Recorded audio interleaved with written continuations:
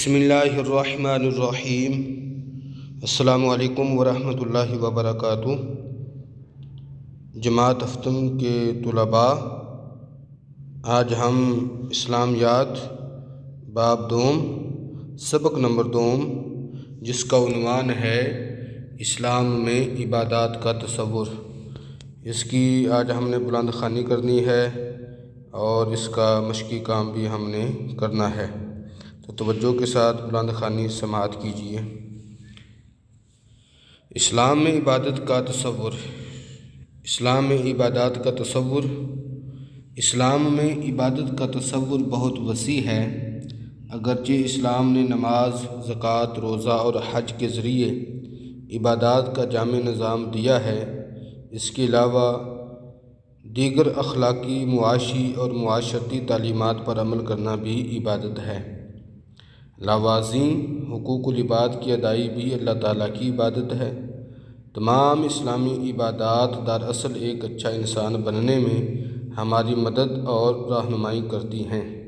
اللہ تعالیٰ نے انسانوں اور جنوں کو اپنی عبادت کے لیے پیدا کیا ہے۔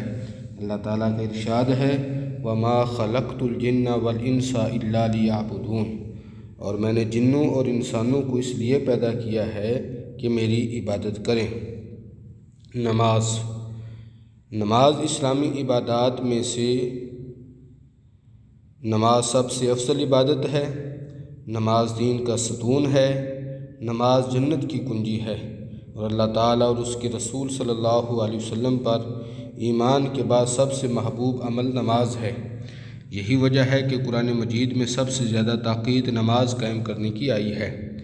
قیامت کے دن سب سے پہلے نماز کے بارے میں سوال کیا جائے گا۔ نماز میں بندہ اپنے خالق و مالک کے سامنے عاجزی و انکساری کے ساتھ اپنی پیشانی زمین پر رکھتا ہے اور اللہ تعالیٰ کی کبریائی کا اقرار کرتا ہے۔ اسی لیے نماز کو مومن کی معراج کہا گیا ہے۔ یہ ایسی عبادت ہے جو برائی اور بے حیائی کے کاموں سے روکتی ہے۔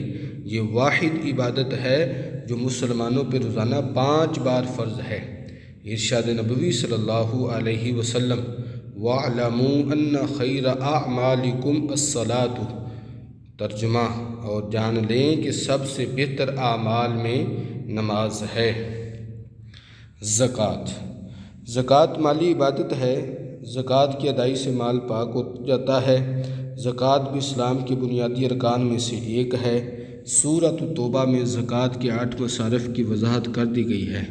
ان میں فقراء، مساکین، عاملین، نومسلم، غلام، قرضدار، اللہ کے راستے جہاد یا حصول علم میں مشغول اور مسافر شامل ہیں۔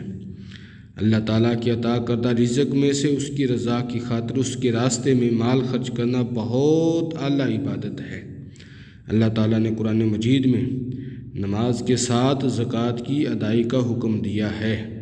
جو لوگ اللہ تعالیٰ کی راہ میں مال خرچ نہیں کرتے، ان کو قیامت کے دن سخت عذاب ہوگا۔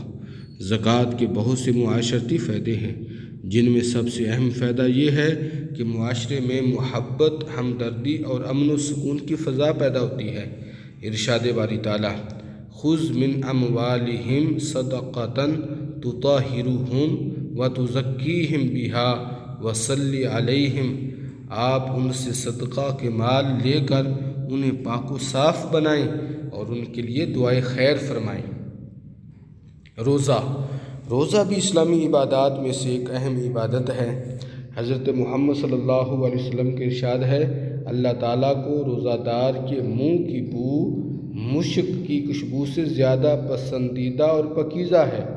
یہ ایسی عبادت ہے جس میں ریاکاری یا دکھاوا نہیں ہوتا۔ اس لیے اللہ تعالیٰ فرماتا ہے کہ روزہ میرے لیے ہے اور میں ہی اس کا اجر دوں گا۔ جب رمضان المبارک کا مہینہ آتا ہے تو جنت کے دروازے کھول دیے جاتے ہیں اور جہنم کے دروازے بند کر دیے جاتے ہیں اور شیطان جکڑ دیے جاتے ہیں۔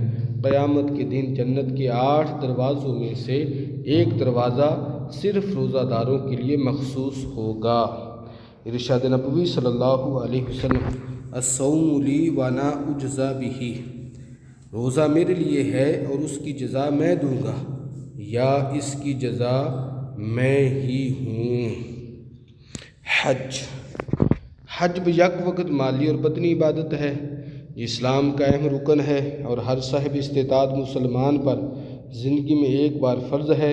حج ایک ایسی جامع عبادت ہے جس میں تمام دیگر عبادات کی روح شامل ہے۔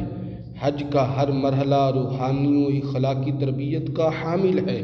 حج کے عظیم و شان اجتماع سے امت مسلمہ کی شان و شوکت کا اظہار ہوتا ہے اور اتحاد و یگانگت کا عملی مظاہرہ بھی۔ اگرچہ حج کے کئی تجارتی و اقتصادی فائدے بھی ہوتے ہیں، لیکن اصل فائدہ روحانی تربیت ہے۔ یہ قرب الہی کا بہترین ذریعہ ہے۔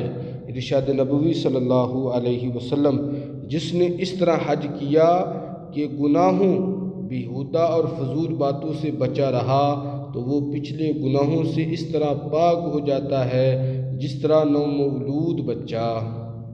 درج بالا عبادات کے علاوہ اسلام میں تبلیغ دین اور جہاد فی سبیل اللہ بھی بہت بڑی عبادات ہیں۔ علاوہ ازیں روزمرہ زندگی میں دیانتداری، سچائی، عدل و انصاف، وعدے کی پابندی، کسب حلال، حقوق العباد کی ادائی، صبر و استقلال، عفو درگزر اور ایثار و قربانی سے کام لینا بھی عبادت ہے۔ غیر مسلموں سے حسن سلوک اور جانوروں پہ رحم کرنا بھی نیک اعمال ہیں اور عبادت کے زمرے میں آتے ہیں۔ غرض کوئی کام بھی اللہ تعالیٰ کی رضا کے لیے کیا جائے اور نبی اکرم صلی اللہ علیہ وسلم کی اسوہ حسنہ کو سامنے رکھ کر کیا جائے تو عین عبادت ہے۔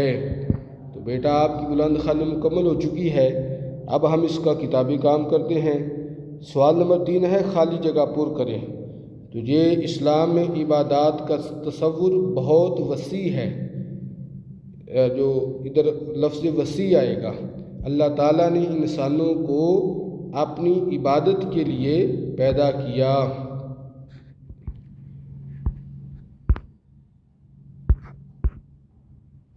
رسول اکرم صلی اللہ علیہ وسلم کی اطاعت دراصل اللہ تعالیٰ کی اطاعت ہے۔ رمضان المبارک کا مہینہ آتا ہے تو جنت کے دروازے کھول دیے جاتے ہیں۔ تبلیغ دین اور جہاد فی سبیل اللہ بھی بہت بڑی عبادات ہیں۔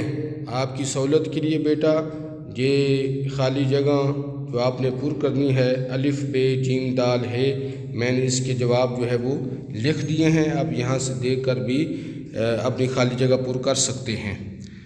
آگے سوال نمبر 4 ہے، درست جواب پر گڈ کا نشان لگائیں۔ زکوٰۃ کیسی عبادت ہے؟ مالی۔ حج کے عظیم و شان اجتماع سے امت مسلمہ کی کس چیز کا اظہار ہوتا ہے؟ شان و شوکت کا۔ جنت کی کنجی کیا ہے؟ نماز۔ کس عبادت میں ریاکاری اور دکھاوا نہیں ہوتا؟ روزہ۔ کس عبادت سے مال پاک ہو جاتا ہے؟ زکوٰۃ۔ آگے سوال نمبر 5 ہے، کالم الف کو کالم ب سے ملانا ہے۔ اسلام میں عبادت کا تصور بہت وسیع ہے، آخری نمبر پہ جواب ہے۔ تمام اسلامی عبادات دراصل ایک اچھا انسان بننے میں ہماری مدد اور رہنمائی کرتی ہیں۔ اللہ تعالیٰ نے انسانوں جنوں کو اپنی عبادت کے لیے پیدا کیا ہے۔ قیامت کے دن سب سے پہلے نماز کے بارے میں سوال کیا جائے گا۔ روزہ بھی اسلامی عبادات میں سے ایک اہم عبادت ہے۔ حج با یک وقت مالی اور بدنی عبادت ہے۔ یہ کالم الف کو کالم ب کے ساتھ بھی ہم نے ملا لیا، تو یہ بیٹا آپ کا کتابی کام جو ہے وہ مکمل ہوا۔ اب آپ نے بلند خوانی بھی کرنی ہے اور کتابی کام کو آپ نے اچھے طریقے سے یاد کرنا ہے۔ اپنا خیال رکھیے۔ السلام علیکم ورحمۃ اللہ وبرکاتہ۔